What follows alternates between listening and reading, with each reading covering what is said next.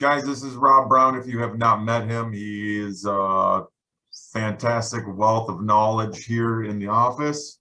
Knows a lot about real estate. Been in it for I don't know how many years. 33. So he knows everything there is to know. Contact him, talk to him. He's going to be talking about listing contracts and kind of how to fill them out, what to look for, what's important. I mean, it's all important, but and then also what other forms and how to kind of try and touch on all of them. I don't know if it's possible in an hour, but I'll hand it over to you, Rob. All right, I'm going to try to get through as much as I can here. I've just loaded up all these forms just as I present them to the sellers. So I'll just start from the beginning here and just stop and ask questions anytime along the line, anyone. That's what I was going to say. Make sure you ask questions. Yep. All right, so starting out the address, we can figure that part out. Line 6, the legal description.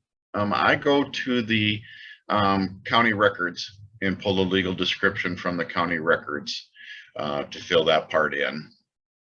The seller, I also pull out from the county records to get their names and how they're spelled.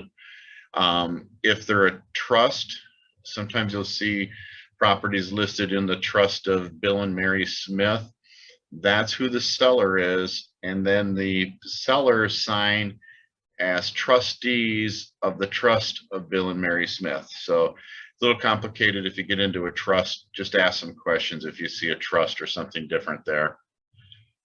Also, that would apply to estates. So if you're ever selling somebody's estate for them and they're the personal representative of the estate's name would be filled in here, not the personal representative's name. So down to line 9, the contract starts. You can start that, like if I was signing the contract up now, the listing contract could start next week sometime. That is perfectly fine to do. It does not have to start on the day that you're signing the contract, but just make aware of that. And then I'll get to the coming soon form in here. The end date of your contract, I don't know. I don't like taking contracts less than 3 months. I try to go for 6 months if I can. There are some people out there that always end their contracts on a certain day of the month. So they might end them on the 21st of each month, so they know when their listings are expiring. So that might be just something that to think about, that if you start pulling in lots of listings and you start forgetting, does this one close on or expire on the 31st, or does this expire on the 15th?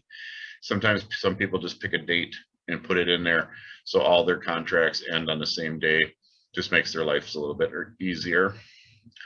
Price, that's whatever the price you guys determine to list it at. Under terms, you're going to list cash, you're going to list new financing, or contract for deed. Those are your 3 choices that are terms that a seller might accept on this. I guess there's probably a few more out there, but the most common are cash and new financing. That's what I usually put in here, is the seller will accept the terms of cash or new financing on line 14. Lines 15 through 24, that explains what they're allowing us to do. We're being allowed to put a for sale sign on the property and a lockbox with keys so that people can gain access to it. The seller is not giving us the authority to rent or manage the property. So we are there just to list it under this contract. In this paragraph here, the seller understands that that we're part of the multiple listing service, and that this information is going to be given into the multiple listing service, and they can display it through their IDXs and things like that as they so choose. Rob, yes. Question on line 14, if they don't want somebody with FHA lending, even though it's considered new finance. Yes, I guess you could you could put cash or conventional financing only. Okay. I guess I've never done that before, but I guess yes, if they're not looking for FHA, that would be a way to determine that.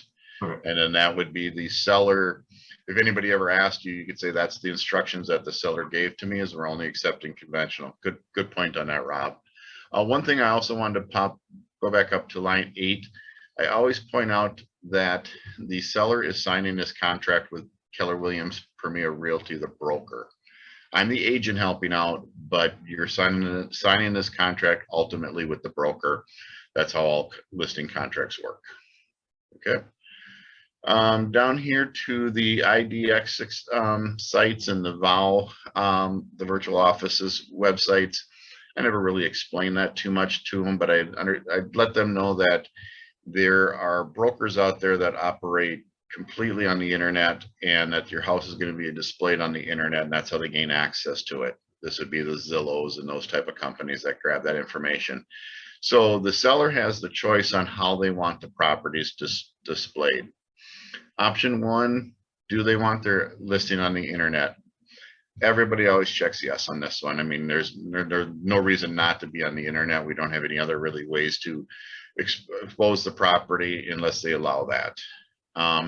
Then the addresses. Do we want, under option 2, the address to be displayed? I always explain to my sellers that people like to drive neighborhoods. They want to drive past the house to see what it feels like. So we do want to display the address on the internet. So I always check yes for option 2. Option 3, this one I do check yes. The only reason I check yes is because if you check no, Zillow gives you 2 pictures on their website. And since a lot of people shop at Zillow and are probably the number 1 or 2 site that people shop on the internet for houses, you got to check yes just so that your seller gets the maximum exposure there. I don't like the fact that they put automatic valuations next to the property to say what it might be worth, but I guess we got to play Zillow's game. So I check yes on that. Option 4, my sellers always check no on this. We don't want anybody putting comments about their property on the internet. You know, it could be a ornery neighbor, it could be somebody, a jilted girlfriend, who knows? But I always check no under option 4 so that we don't get any negative comments out there on the internet for the property. Line 73 through 77 talk about if the seller is also trying to lease the property at, and you can fill this in accordingly. Most of the times, I'd say 99% of the times, I fill that that this property is not currently listed for lease. But if you're dealing with a duplex or you're dealing with some type of rental property, you check is. And then if this is up to the seller's choice if they may or may not offer the property for lease with a different broker. So if you don't do rentals, if you just are a selling agent and they want to also test the market for rentals and they're going to use Renters Warehouse or they're going to use another broker, you would have to check may on this box if they were decided to do that. That's going to be a very unique circumstance most of the time that you run into that. Here I read through the seller's obligations here of what they are obligated to do for us under this agreement and for a potential buyer. But I point out here that seller must promptly inform the broker of inquiries on the property. So if they have somebody knock on their door or catch them while they're out cutting the grass or something like that, I always tell the seller to direct them to me, because we don't know who that person is. If they're a good person or a bad person that might be looking just to get into the house to take note of what might be able to be good values or valuable items in there, we don't know. So I always tell the seller, send them back to me, and I will make sure that they're good people before we show the house to them. And then the seller is required to pay for any inspections or reports that are required by the city that it's listed in or the county that it's listed in. I point out to them that they must provide us the owner's HOA documents if required. So if you're listing a townhouse, I point that out to them. I pointed out to them that they are still responsible for the security, maintenance, and utilities and insurance of their property during this contract, that we're not taking this over. that we are not managing it for them. They are still in control. And then I point out to them that they are responsible for the safekeeping and securing of their valuables of the property. So that's what I point out. Sometimes this part will bring questions about security. I just tell them to make sure that their laptop computers are with them or they're turned off. Never leave a computer on in the house for a showing or an open house or anything like that. That's how I kind of talk to them about safety and securing their property. I also let them know that they will have to surrender an abstract to the title of the property if they have one, or they may need to provide proof through an owner's title insurance policy that they have title to the property. Okay. And that they must take all actions necessary to make their title marketable for the buyer. And so that's paying off their mortgages, paying off any assessments or anything like that. Lines 90 through 94 talk about who's going to have access to the property. Of course, we're going to let other brokers and their salespeople, we'll let inspectors, appraisers, contractors. I don't give the lockbox out to contractors. I just don't. That's protecting my sellers. If a contractor needs to be met, I have the seller meet them, or I meet them to let them into the property. And that it also gives us the opportunity to duplicate keys for convenience of showings. I've never had to do that. I've never had to make keys or multiple copies of a key that the seller gives me. So that one, I guess, would apply in different circumstances if somebody needed to pick up the key from our office to show the property. Let's see here.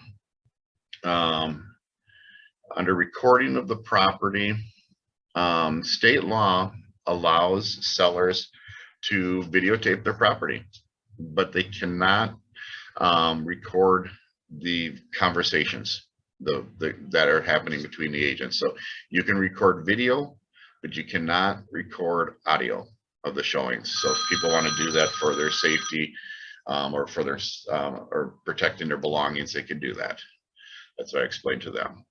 Seller content to licensing.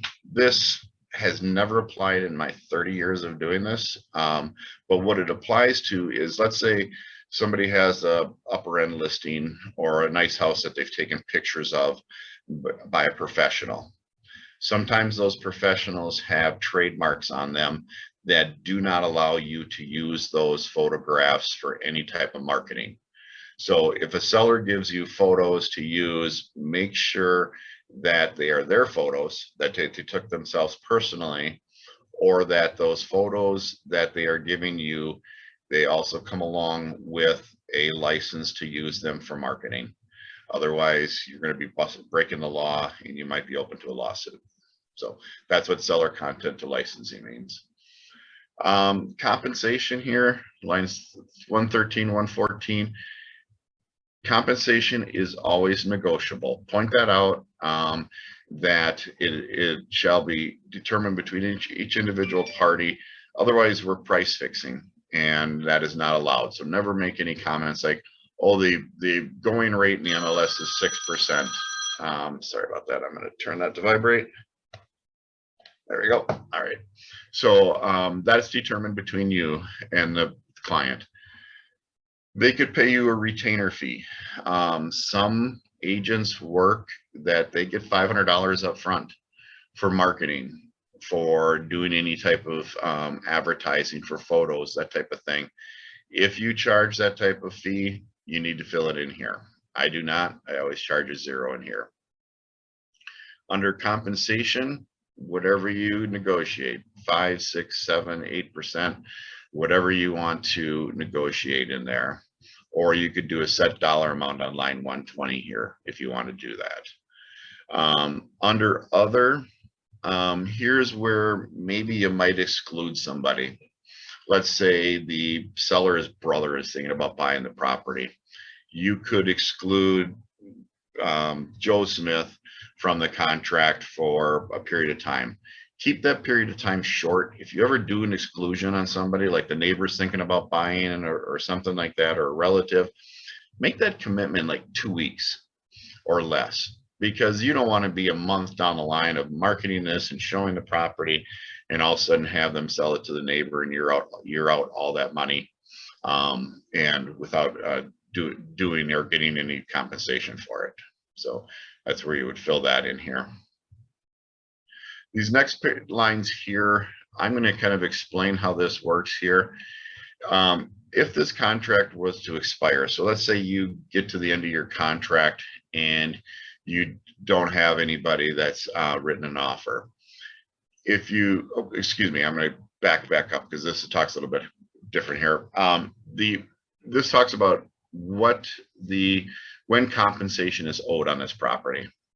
And so the compensation is owed at the closing of the sale, or if you brought in an offer and they accepted it and then they refused to close, they could still owe a compensation to Keller Williams Premier Realty on that situation. Also, if they refuse to sell for the price and terms set forth above. So if you had brought them an offer of cash, full price, and they don't accept it, you could still collect a commission. It's going to be a little bit tough to do that because they could always say, we didn't want to close on the 24th of June. We want to close on the 25th of the June. So they'd always have a reason possibly to get out of that one. But this does give us some protection if a seller decided not to sell their property after we listed it. Personally, I don't think I would ever charge a commission to somebody because they changed their mind after signing this contract with me. I would just, in good faith, hopefully they would come back to me when they are ready to sell. So that's what I would do. That's kind of how I handle that situation if it ever has come up in the past. Line 134 here, I'm talking about if this contract expires and you have somebody that has shown some interest in it. So you got Joe and Tammy Jones that want to buy this property. They've looked at it 3 times, but the contract's expiring. Usually what I put in here on line 134 is 60 days. So if I said, hey, Joe and Tammy Jones are interested in this property, and I supply that name to the seller within 72 hours of the expiration of this contract, then the contract still stays in force for Joe and Tammy Jones, and I would still get paid and compensated under this contract. That's how that part reads. It does state in here, though, that if the seller decides to sign a contract with another broker, that whole protection list dissolves. That's a little bit different than Wisconsin. So if you're licensed in both areas, Minnesota, our protection clause disappears as soon as they sign a contract with another broker. Any questions so far? All right, I'm going fast because there's a lot to get through, so please just stop me if there's any questions here. Here, there's kind of a class action lawsuit going on throughout the country right now.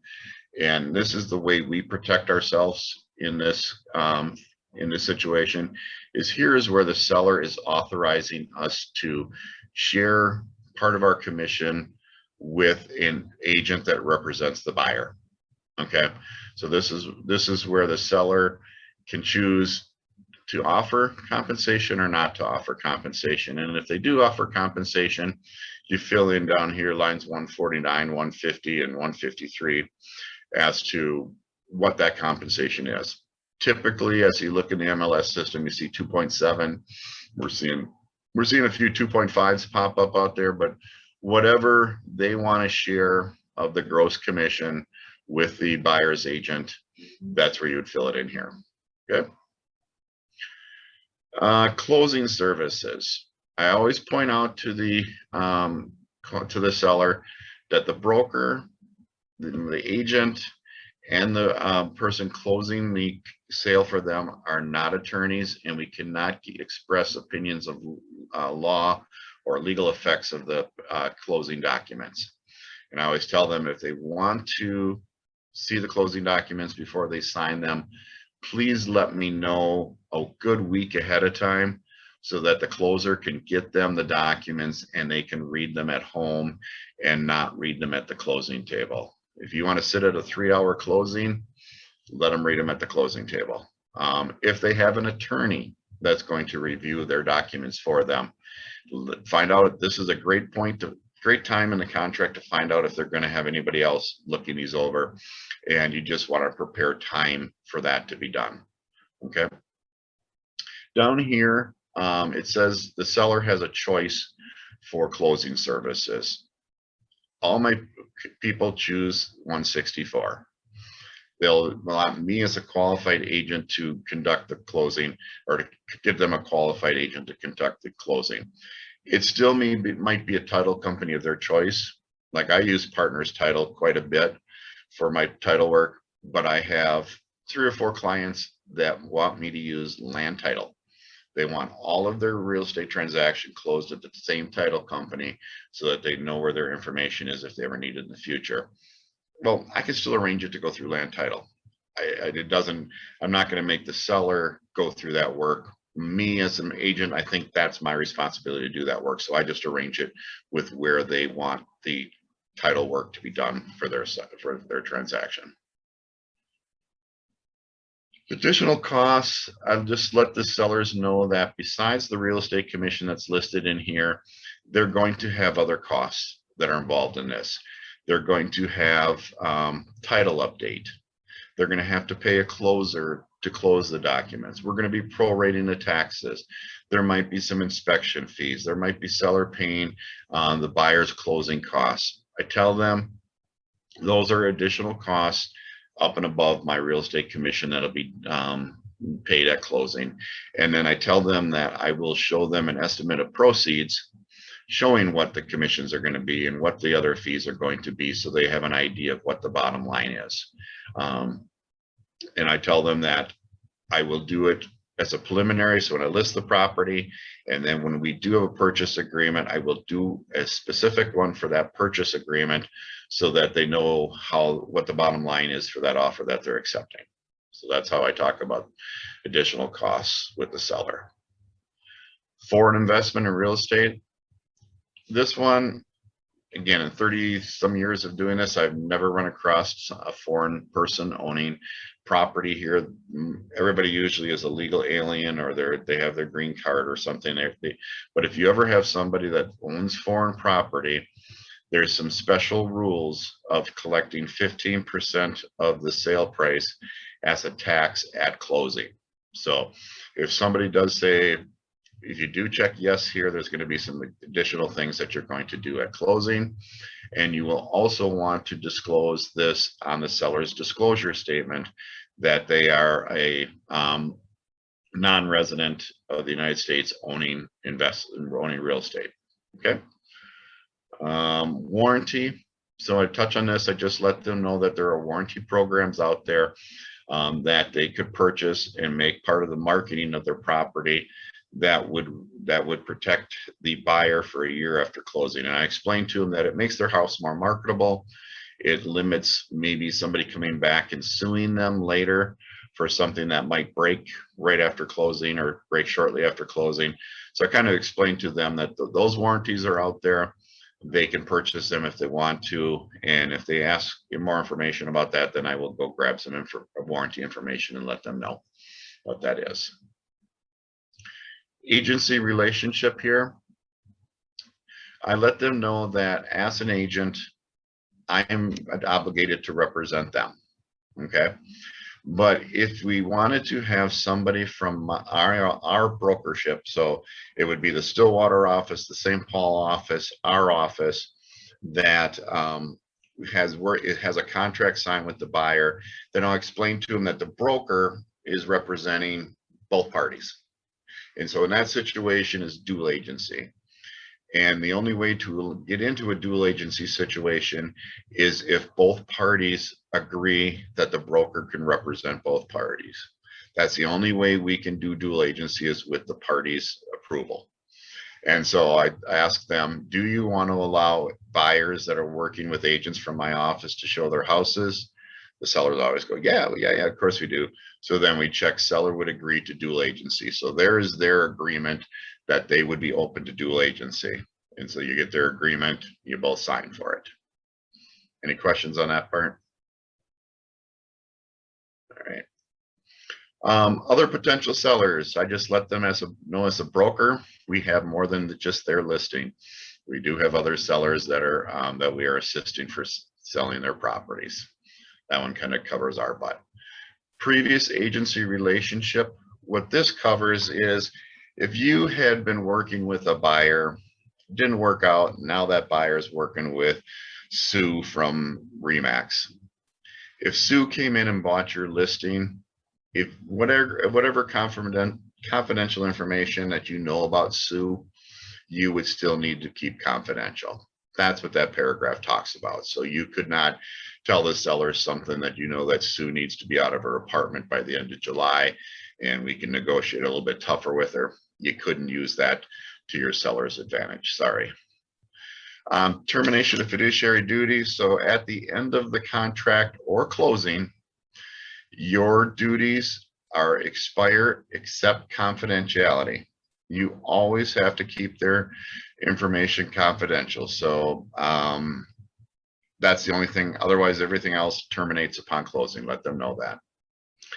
Indemnification. So if you as a broker provide information that the furnace is only 3 years old, but it's 10 years old, and you market the home that it's only 3 years old, and the seller's told you that, and then it comes back later that you guys all get sued because the furnace is really 10 years old. Since the seller provided that information to you, here's where they're agreeing to indemnify you. So they're indemnifying Keller Williams Premier Realty that we didn't make the false statement. We relied on their statement and passed that along. So they are kind of taking full responsibility for the information that they provided. Fair housing, all I say on this one is if their money is green, we got to accept it. So we can't discriminate. We all know all that. We get trained every year on it with our education process. So just treat everybody fairly. Okay.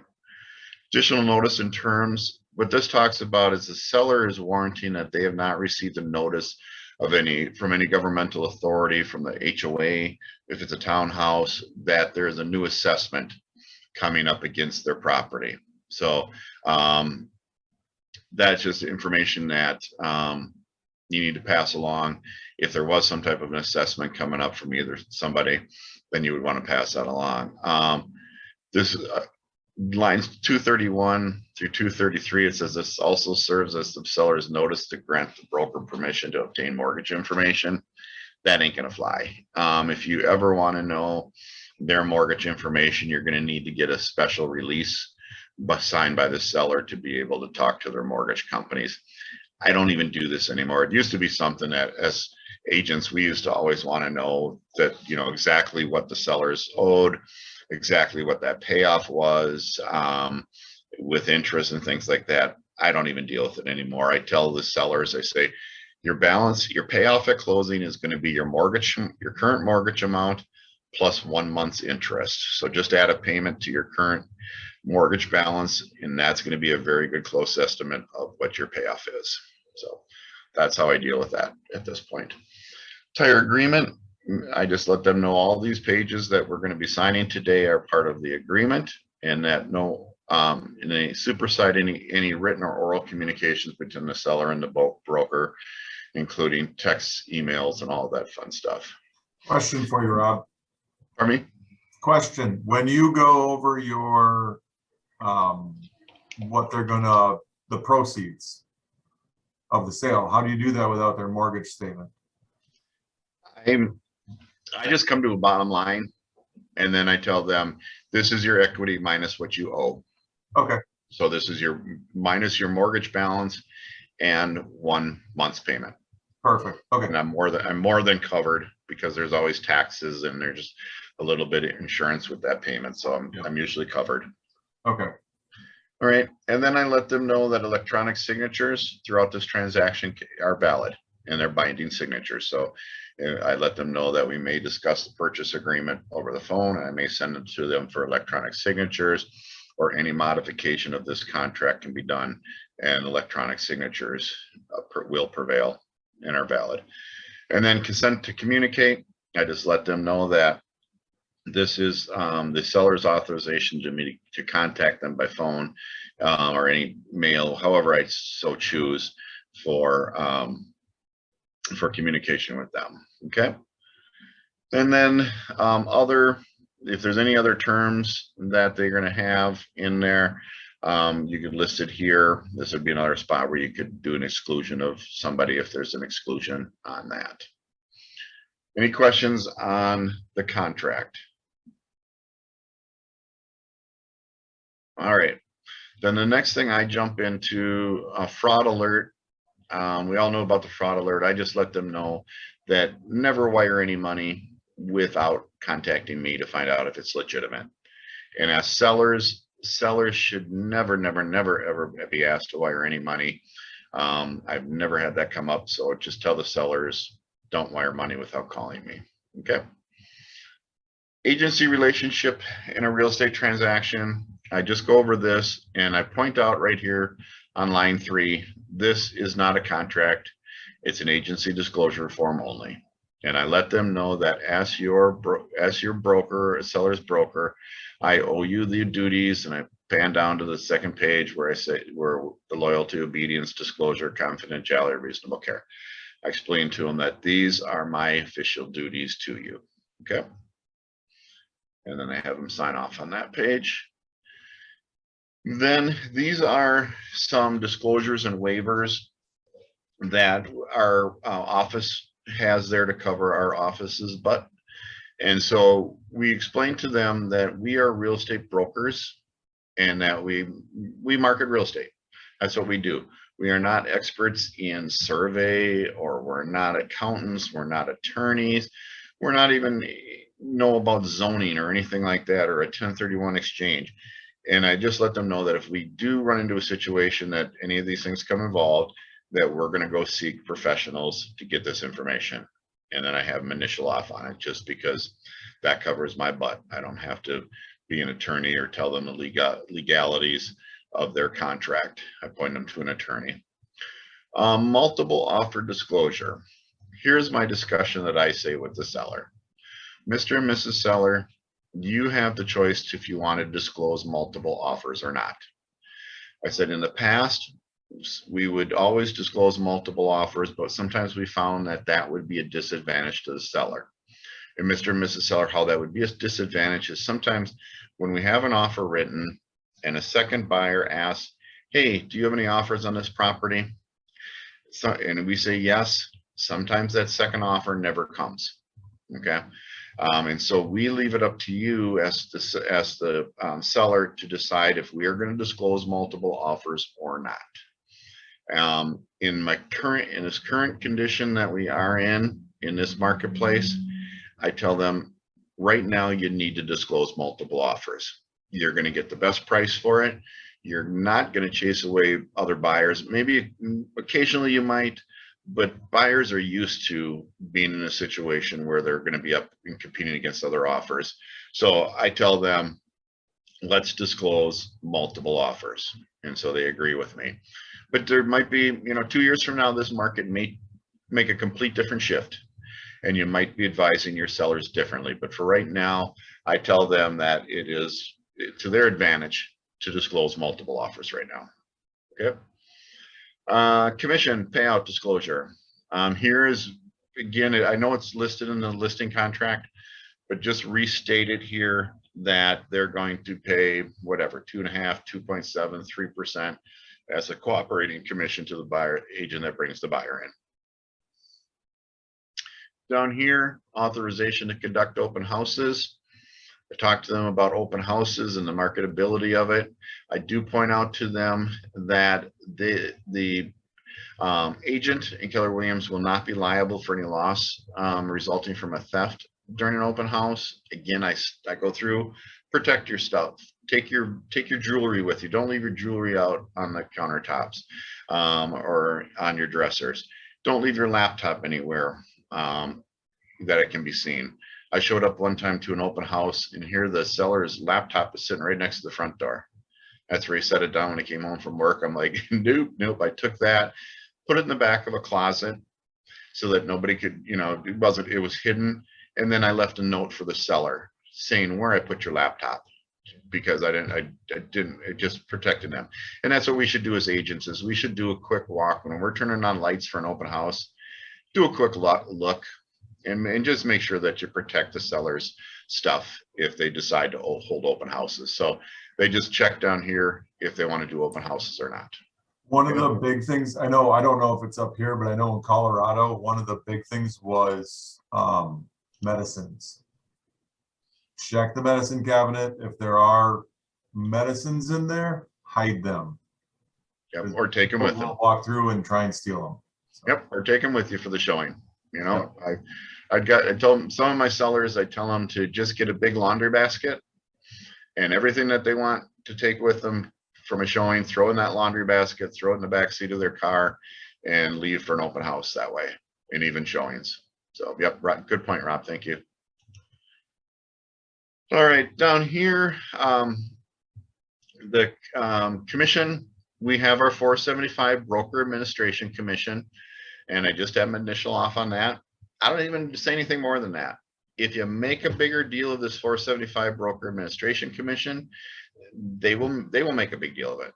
If you just tell them that it's part of our commission structure, that we charge 6% plus a 475 broker administration commission, and just shut up and move on, I don't get any resistance. Okay, that's the way I deal with it, and move on. And if I do get any resistance, I tell them that there's other companies out there, they're also charging that, and the reason we chose as a company to have that fee is because we wanted to stay in the same realm as other companies. But just touch on it, move on. Even 475, when they're selling, you know, $500,000 house, they usually don't balk about that. Okay, affiliated business disclosure, Partners Title and Keller Williams Realty. There's a couple people that have ownership in both entities. And so if you send things over to Keller or to Partners Title for your title work, and they do a great job, so use them. But just let them know that if there's money made at Partners Title, it does benefit some of the owners of Keller Williams Premier Realty. That's all you got to say on that. They initial off, they're happy. Carbon monoxide detectors, I just have them initial that they are required to have carbon monoxide detectors in the house that are within 10 feet of each sleeping room. They can be in the room or they can be outside the room. It does not matter. Fraudulently wiring notice. This is covering our butt once again that we'd explained about fraudulent wiring practices. It usually doesn't apply to a seller, but it's there again to cover our butts. And again, video camera awareness. It's letting them know that they can videotape their house for security, but they just can't record. And it's a good suggestion here is to let people know.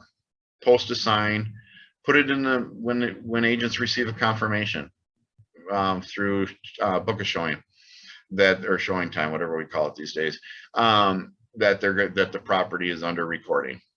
If you're going to do that, just make people aware of it. Okay. All right. Seller's disclosure statement. How are we doing on time? We're not doing too bad. Okay.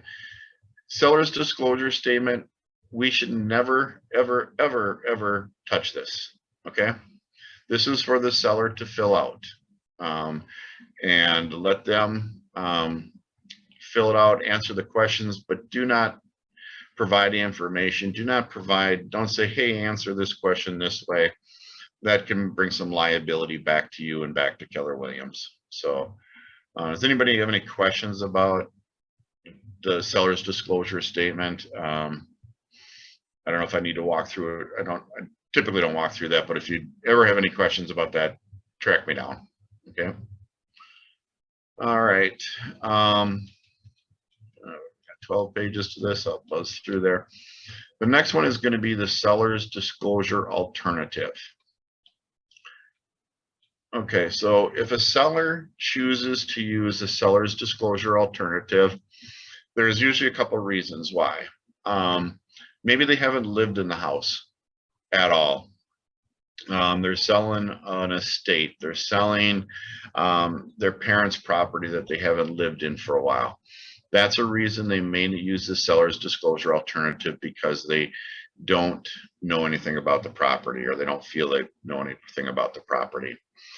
Point out to your sellers that when you use a seller's disclosure alternatives, it also means that you're selling the property as is. So some buyers might see this as a red flag, that you're hiding something, that you're not telling them something about the property, and they may offer less than market value based on not disclosing.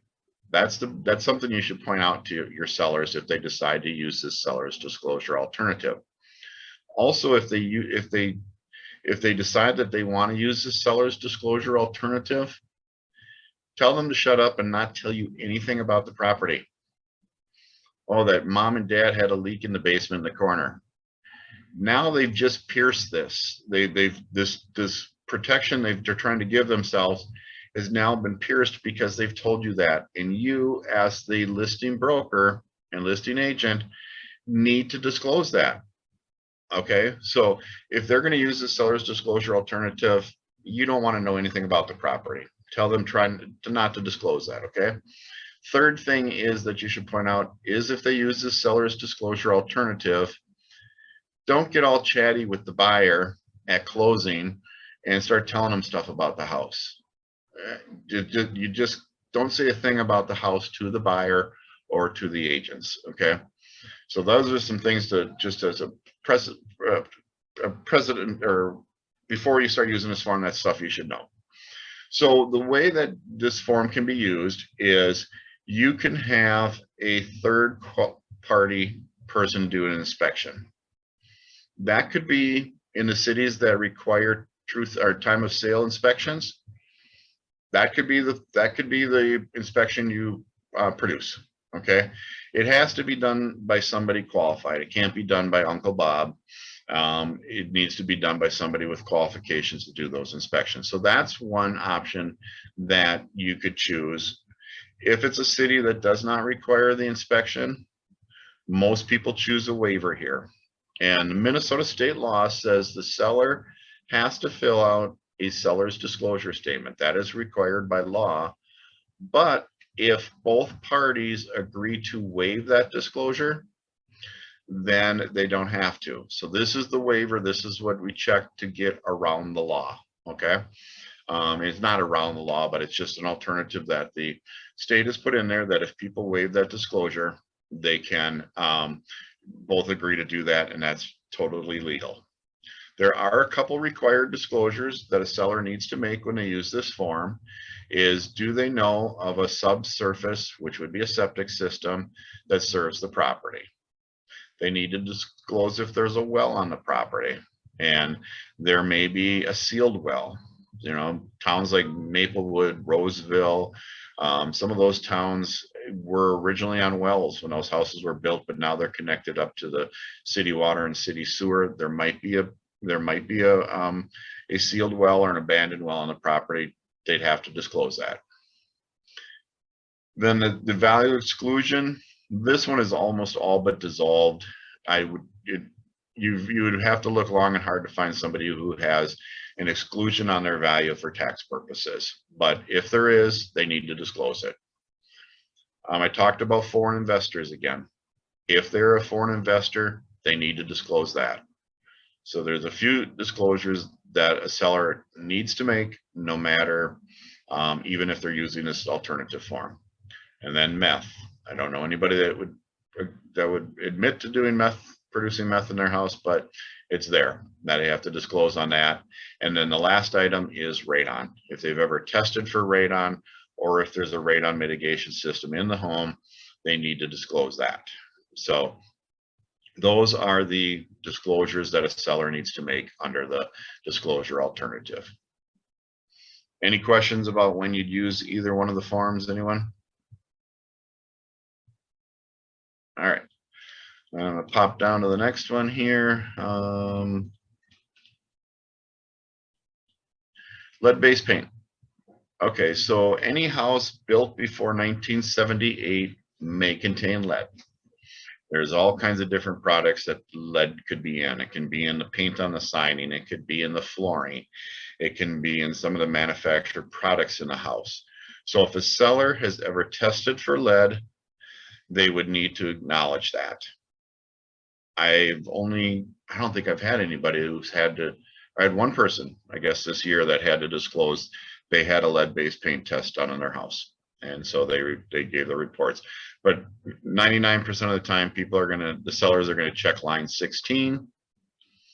And then they're gonna go down and sign down here that they filled this out to the best of their knowledge. And you also have to sign off on this as agents. This is one of the disclosures that's required for an agent to sign also. $10,000 fine if you don't sign it. Is that what it is? Something like that. It's expensive. Sign Okay. It. Sign it. Yep. All right. Residential input form. This form is very lengthy. The first part of it here that the seller is going to sign off on is I would go through these disclosures with them and let them know that we are part of the Regional Multiple Listing Service, and that their data is going to be or their information is going to be submitted to the Regional Multiple Listing Service, and that they are going to distribute that information out to the IDXs, the VOWs, the other real estate agents. They're going to report that information out to them for use. Also state to them that we do need to disclose the sale price and the terms of the property when it sells. That is information that we need to disclose. We cannot withhold that information from them at the time of closing. And then also that the Regional Multiple Listing Service hangs on to all of this data and photographs for us, for brokers and real estate agents to use. So that's kind of what I state on that, and then have them sign off on those disclosures, because that's really what they're signing off on, is these disclosures above. Okay. And if I know I'm going through all this paperwork real fast, take the time to read it, guys. You know, unless you're super busy selling a bunch of houses, then you probably have read all this already, but take the time to read this and kind of understand, so that if a client ever asks you anything about the contracts, you have them, you know what you're talking about. Just read through them. Okay. Entering this information, you're really going to fill out probably about half of it ahead of time, and then the other half, like when I get down to the parts about where am I going to get down to here, if there's an HOA fee, I'm filling that out with them. I'm asking the questions.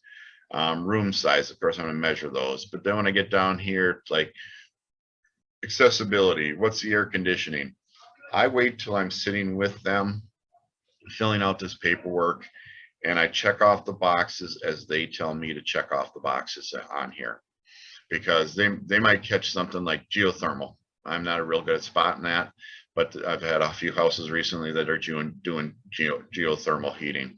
So just have them help you fill it out. Ask what applies here and what doesn't apply.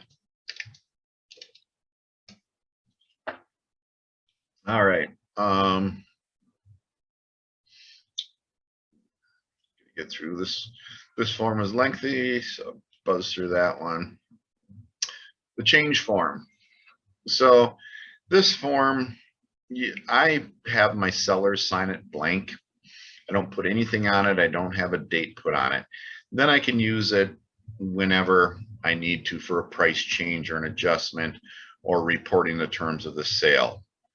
I let the sellers know that I will not use this form to adjust anything regarding price or terms, or price or the expiration date of our contract without getting permission from them. And usually it's an email. We're going to say, hey, we're going to reduce the price to $275. That goes back and forth in an email. I use the form they already signed when I listed it, and I just make copies of it and I use it whenever I might need it to make the adjustment. Just makes my life easier. Then I'm not chasing down a signature on this form, especially if I deal with a lot of people that are not internet savvy, and don't like signing things on the internet, saves me having to run out and see them and taking the time to get a signature on a piece of paper. If I get it when I'm there and it's blank, I don't have them dated, I can use it anytime. Okay. It's a really good idea, Rob. Yeah. It's a lot easier than chasing people down. Just make sure you get it in an email so that if they come back to you, you can say, look, here's the email. Yep, don't do it verbally. Rob's 100% right on that. Just verify by email. Okay. This is the showing form. Basically, you've asked the client, you fill out if they're an owner or if they're an occupant. If they're a renter, you let them know, let the front desk know that they're renters, not owners. It makes things easier to set up. And then how, over on this side of the form here, how they want to be communicated with. Phone, email, text. If you got older people that don't, they might want a phone call from our front desk or from you. I've had quite a few listings where on the weekends I got to set the showings up because I have to make a phone call to an elderly seller and saying somebody wants to see your house on Sunday at 3 because our staff's not there. So if it's somebody like that, know that you're going to have to do some work. Otherwise, with all the younger generations and people that are tech savvy, they love the texts and the emails, and that's how they confirm.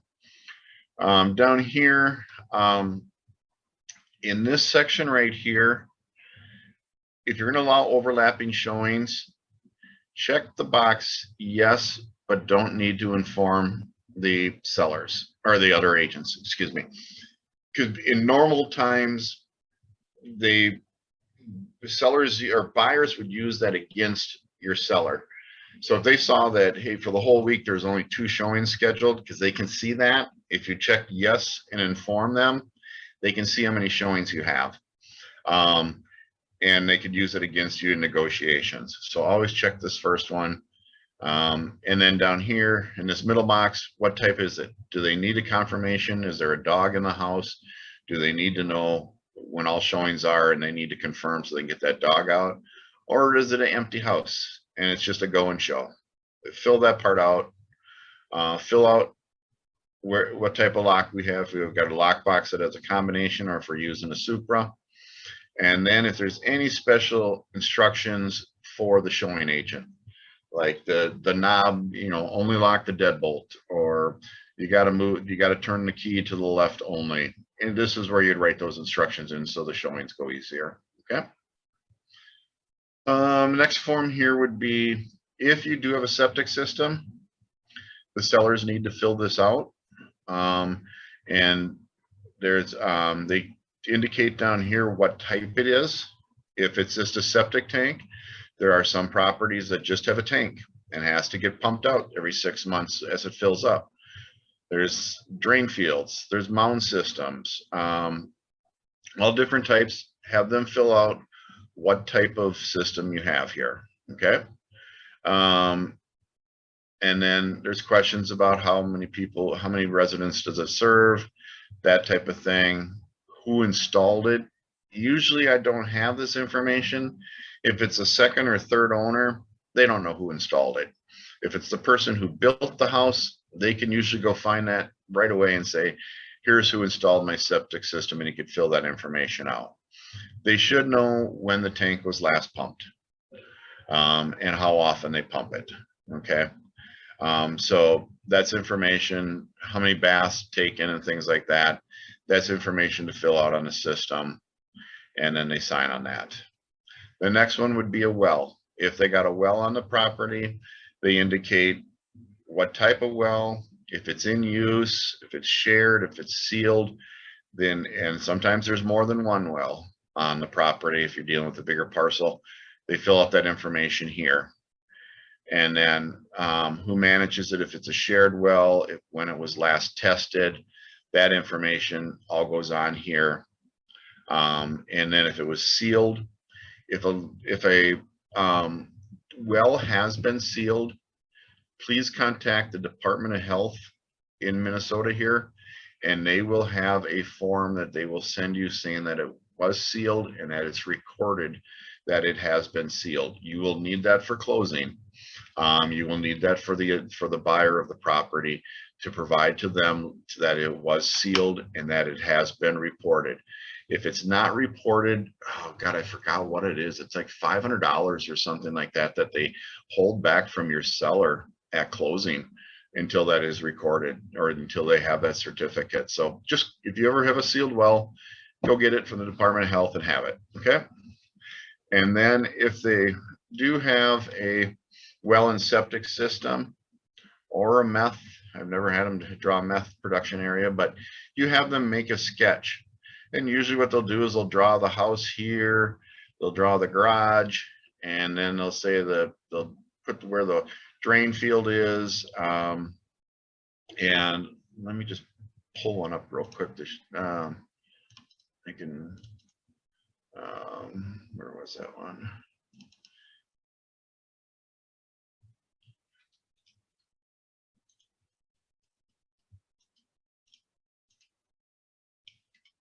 So here's what the seller did. Kind of made it look, they drew the house, where the well was located, where the garage was, septic system, and drain field. So that's what a seller would do for that on this map right here. Okay. And then the coming soon authorization, just about out of time, but stick with me here. This is a form. So if somebody was signing a contract and they want it in the MLS system, but they don't want showings, then this is a form they would do. And I've used this quite a bit in this market. It's very helpful to give yourselves a lead time of a week or so of your listing coming up for sale. It provides a nice, it gets a lot of enthusiasm. It gets a lot of excitement about the property and kind of condenses the showings for your sellers into a couple days. So this form, what you would do is you'd fill out the contract date. So if you're signing it today and when it expires, and then the information about the property, and then you fill out the date that it's going to be shown. Keep in mind that if you show it ahead of that date, you are liable for $1,000 fine. Could be assessed against you. What you do need to note in here is that the seller understands and accepts the consequences of decisions to deny property showings in the MLS and advertising feeds until the period indicated above. What they might be losing out on is a buyer needs to buy now and they can't wait a week to find out or wait for this property to come on the market. That's the disadvantage of it. You could still accept a sight unseen offer, which some are written, and they can still do that, but they can't let anybody physically into the house until that date. So that's how coming soon works. Certification to withhold the property. So withhold, this would be used if you want to get the house under contract right away, but you don't want to get it in the MLS system because there's going to be some repairs done on it. This is how you would use this form, is you would use this form to say, we're going to be going on the market 2 weeks from now when all the repairs are made. This gets them under contract and it gets them committed to you versus leaving saying, I'll come back in 2 weeks to list the property. What could happen in that 2 weeks is they might find the neighbor goes, oh, you're thinking about selling your property? My cousin's looking. And boom, boom, boom, a sale happens and you're left out in the cold. You didn't get anything on that. This form protects you that you have a contract, and if they sell that property to anybody, they owe you a commission on it. So this withhold form protects you that you're going to get paid on that. So that's how you use that form. And boy, I nailed it right at an hour. Any questions?